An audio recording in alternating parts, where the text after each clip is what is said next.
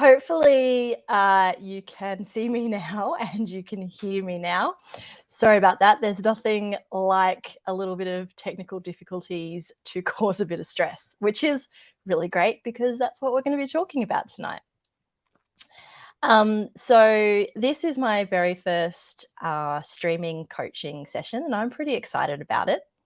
If you can hear me and you can see me, could you just put a little comment in so that I know I'm not talking to myself? That would be really awesome. It takes about 30 seconds for the comments to come through, so it won't be straight away. While I'm waiting for you to do that, oh, hello, someone said hello. So thank you so much for that. So this is the first time I've used this software. And besides the fact that I forgot to press the right button, it's actually pretty good, except I can't see who says what. It just says Facebook user. So I apologize that I won't be using your names or anything like that. So as I said, this is my very first live stream coaching session, and I've got to say I'm pretty excited. There's two reasons that I've decided to do this. So one of them I've already explained in a couple of posts. It's about me practicing my online presence because quite often as soon as the camera goes on, I lose the ability to speak, which is not great when I'm hoping to base my career on speaking in public. I have spoken in public for a long time, but now doing a video, it's completely different. Hi, Peter. Hi, Brad. Thank you so much for joining. It's really cool. And so the other reason that I'm doing this live coaching session is for you guys to learn about some new theories and skills that hopefully will help you. So as I said before, if you want to ask questions, feel free to type into the chat area. And it shows me the comments on my right-hand side. As I said, I can't see who says what unless you put your name there. And it takes about 30 seconds to come through to me. So at the end of each section, I'll just have a little bit of a sip of water and a bit of a break to see if you guys have any questions. All right, so what we're going to do is we're going to get into it. Today, we are going to talk about the stress cycle. So I first heard about this concept from an author. She's actually a PhD and an American researcher, and her name's Emily Nagoski. She's written two really amazing books. The first one is called Come As You Are, and I highly, highly recommend this to all women. It's about women's sexuality. And the second book she co-authored with her twin sister Amelia, and it's called Burnout. Both of these books talk about what we're going to be talking about today, which is the stress cycle. And I loved it so much when I learned about it that it's something that I put into place in my life. And I've seen, pretty quickly that there's been some good benefits of it. Okay, so we're going to get into it. First of all, what we want to talk about is the difference between a stressor and a stress. So your stressors or stressors are the things that activate your stress. So they're usually external to you, although they can be internal as well sometimes. So an example of external stresses are kids, partners, jobs, pressures from society to look a certain way, finance issues, family issues, and the list goes on. So anything that comes from outside of us that affects us. There's also internal stresses, and these are things like self-criticism, the little voice in your head that tells you that you're not good enough or not doing enough. It can be illness and disease as well. So those are a few examples. So those are the stressors. They are what cause our problems. The stress is what happens inside of our bodies as a result of the stresses. So it's the fight, flight, freeze, or fawn response. I'm glad I got all those F's out. So what we need to learn is they are two very separate things. So removing the stressor doesn't mean that the stress is gone. So, a really good example of this is think of a time that you've been stuck in traffic and you've been hugely frustrated, road rage all the way, and it's ruined your day. You've gotten to wherever you were going and you're just in such a bad mood now because of that one thing that happened to you on the way to work or wherever you were going, that it's changed your mood and you're feeling really stressed out. So that's an example of the stressor being gone, but the stress still existing within our body. So we don't actually feel better once the stressor is gone. We just keep feeling the stress. And when we have a bad day, we quite often get stress on top of stress on top of stress. So the stress cycle really relates back to our caveman days. So back in those days, we had things that stressed us out, excuse me, that were, getting chased by a lion, those types of things. And the world has changed. We don't often get chased by lions or hippos or whatever anymore, but we still have the same emotional reaction. So now, instead of having a lion chasing us, we've got a crappy boss.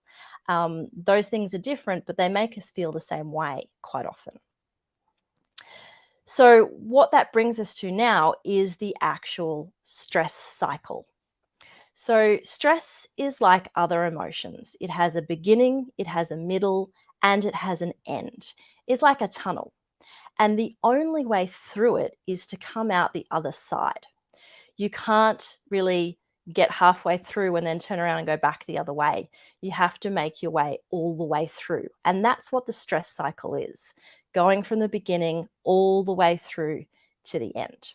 And so when you think about the metaphor about the lion, and this is what the author of the book talks about, is, back in those days, we would have a huge amount of fear. We would have the fight or flight or freeze response to that fear. And there would be different ways that it could go. If we killed the lion, we would take it back to our tribe and the tribe would celebrate and we would eat the lion and bury what was left of it, feeling like we'd celebrated and done an amazing thing.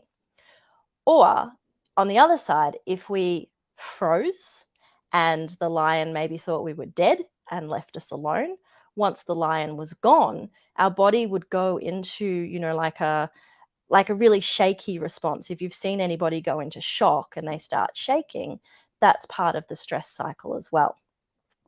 The other one is fleeing.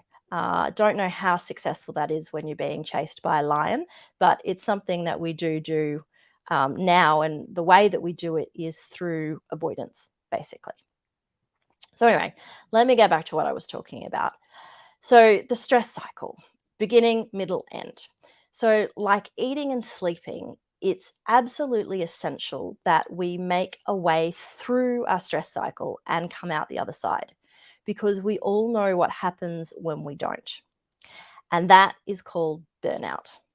So, burnout is something that if you hadn't heard before COVID, you've probably heard of now.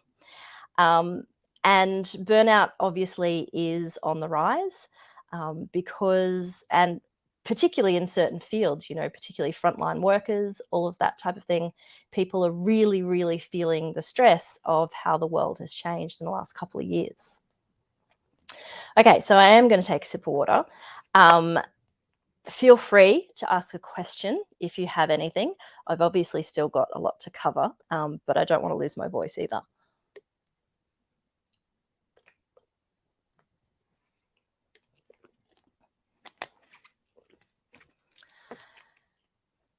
Okay, so back to burnout. There are 3 elements to burnout. One of them is emotional exhaustion. The other one is a decreased sense of accomplishment. And the last one is depersonalization. So, as I said, burnout is something that is on the rise, particularly after COVID. And if you think back to, the peak of COVID, that's a really good example of when lots of people were really feeling it. So, obviously people cared and people were worried and they cared and they worried until they're exhausted all of their care and worry. and they felt numb after that. And, in those situations when you're that stressed out, you don't actually feel like you're accomplishing anything. You just feel like that you're treading water and you can't see a light at the end of the tunnel. You feel like you'll be treading water forever just to keep yourself, on the level at the moment. You're actually not getting any higher. And of course, that's not a very good feeling either. And finally, when you've cared all you can and you've worried all you can and you've tread water for all the time that you can, you stop caring and you become numb. And this is the depersonalization. And that essentially is what burnout is. Okay, so hopefully now you've got a sense of the difference between stress and stressors, understanding that just because you've removed the stressor doesn't mean that the stress is gone. We actually, in our modern life, we have stresses every single day, and a lot of them are really big. We have financial worries, we have relationship problems, we have crappy bosses. So quite often we are feeling stressed. What else have we learned? We've learned what the stress cycle is. It's basically a tunnel that we have to go through and come out the other side. And we've learned what happens to us when we burn out. Okay, so what we want to know about now is how to complete the stress cycle. So, completing the stress cycle is like the example that I used with the lion. It's when you get to the end and that there is an actual end to what's happening to you. So, when you are in traffic and you get out and go into the office, you're still feeling the same way, but when you are let me just get my thought back for a second. when when stress is creeping up, you've got cumulative stress. That's when it's really important that it doesn't matter what the stresses is, you have to do activities that will complete the stress cycle and not necessarily address the stresses, because a lot of the time there's nothing that we can do right now about the things that are causing the stress. Okay, so, for that reason, completing the stress cycle needs to be a daily activity. And there are, for me anyway, and this is not what I got from the book, this is what I got from my brain after reading the book, is that there are two broad categories of completing the stress cycle. So, the first one is about deep breathing and or moving your body. So, when we are in a stressful situation, the sympathetic nervous system activates the fight, flight, or fight response during a threat or the perceived danger. And the parasympathetic nervous system restores the body to a state of calm. So, what we want to do is get the parasympathetic nervous system activated. And there's a few ways that we can do that. So, the first one is through deep breathing.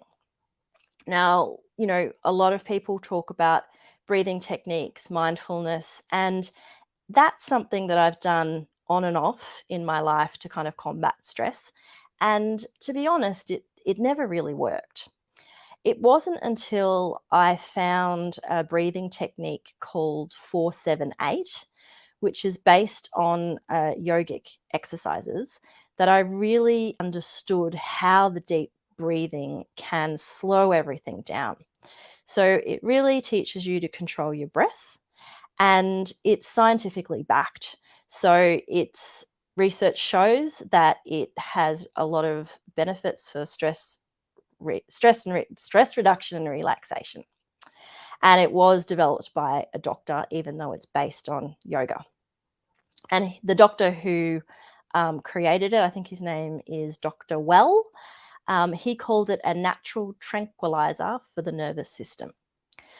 So, the way that you do this particular type of breathing is you breathe in for a count of 4, you hold that breath for a count of 7, and then you exhale for a count of 8.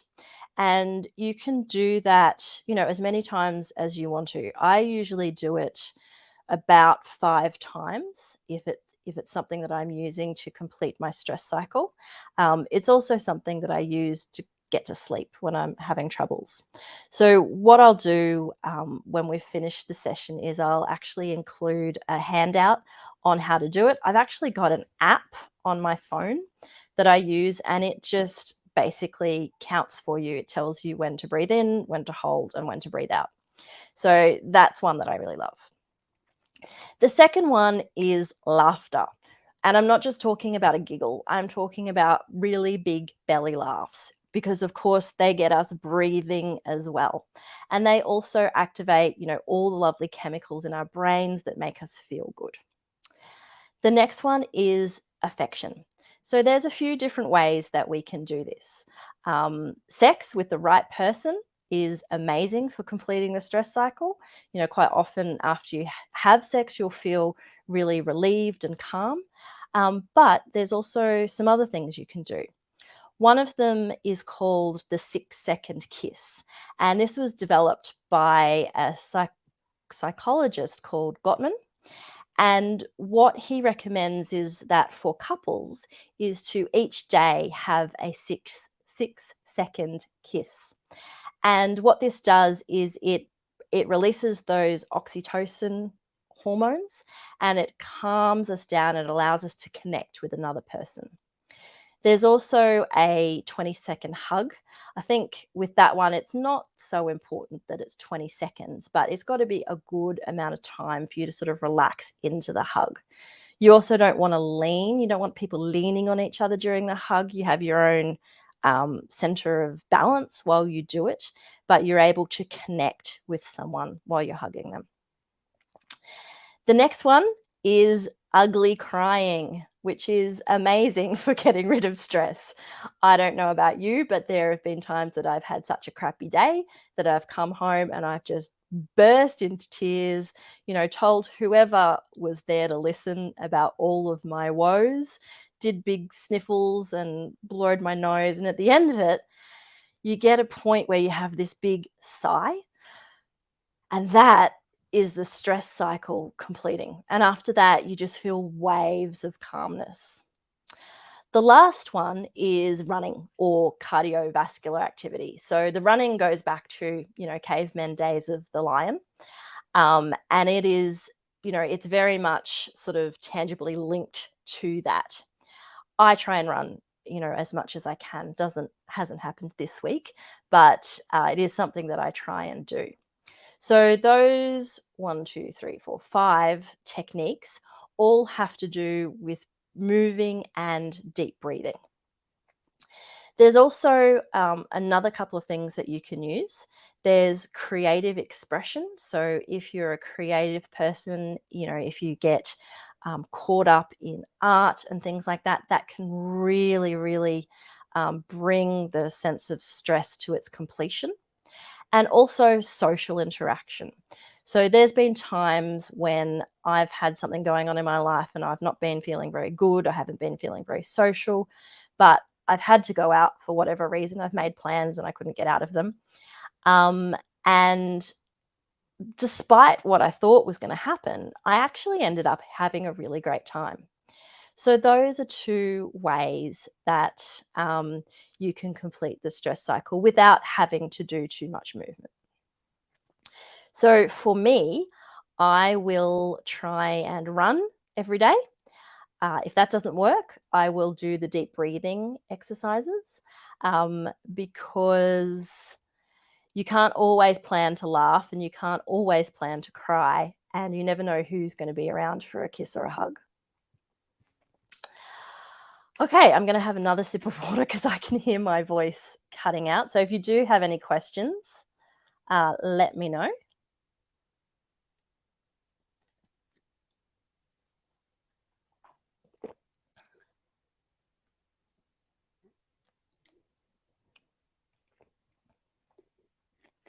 So someone said, I'm not sure what happened, but I can see you now. Hopefully you were able to see me for the whole time and not just hear my voice, but who knows? With being the first time, I won't know until I look back on it.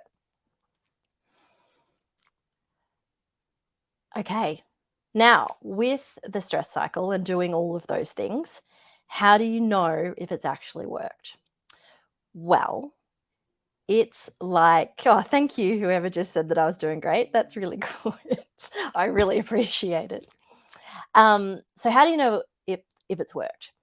It's kind of like when you're eating and you realize you're full. You just know. Your body tells you. You might experience it as a shift of mood or mental state, or you might feel it as a release of physical tension. But you will know. Your body, your mind will tell you. And it doesn't matter at first if you can't tell, because especially if you've spent a lot of years or even maybe your entire life holding on to your worry or your anger, it's going to take a lot of time to get rid of that accumulated stress. So, you've got those stress cycles spinning their engines for a long, long time without you doing anything to complete them. So don't worry, you will get through the backlog, but that's why it is important to do it on a daily basis. So I think that's probably most of the information that I wanted to give you. Um, Please let me know if you have any questions. I have a question here from my audience. Do I have to use a certain cycle or can I use any? So basically, you use what works for you. Not everybody can run, um, and that's okay. So obviously, if you can't run, then running's not going to work for you. Especially when it comes to exercise, people depending on their age and their state of their health, they're not going to be able to do an exercise that brings in that really deep breathing from physical exertion, and they're probably better off doing the breathing exercises. Okay, so as I said, have a think about what you can incorporate daily. So I plan to run every day. It doesn't happen every day, that's for sure, but I do try and do the breathing every day. And anything on top of that is kind of like cherry on top, really, except for the ugly crying. That's not always something that I want to have in my day, but if it does happen, I appreciate it. So I hope that you've enjoyed my first session. I have enjoyed it. It's been fun for me. If you'd like to know more about what I do, I have a 10-tip email series that will teach you about harnessing the power of courage and vulnerability to improve your life. So you can go ahead and sign up for that at my website, which is on the screen there. And even if you want to give me some feedback about this session personally, that would be great. My email address is ninthkoi@gmail.com. And also, you can leave any comments that you want in the group. Also, if you've got some ideas for topics that you'd like me to cover in personal development, then add those to the group as well, because I'm always looking for new ideas of things that I can talk to you about. Um, so yeah, that's pretty much it from me. I really appreciate you guys tuning in, and I hope to talk to you soon. Bye for now.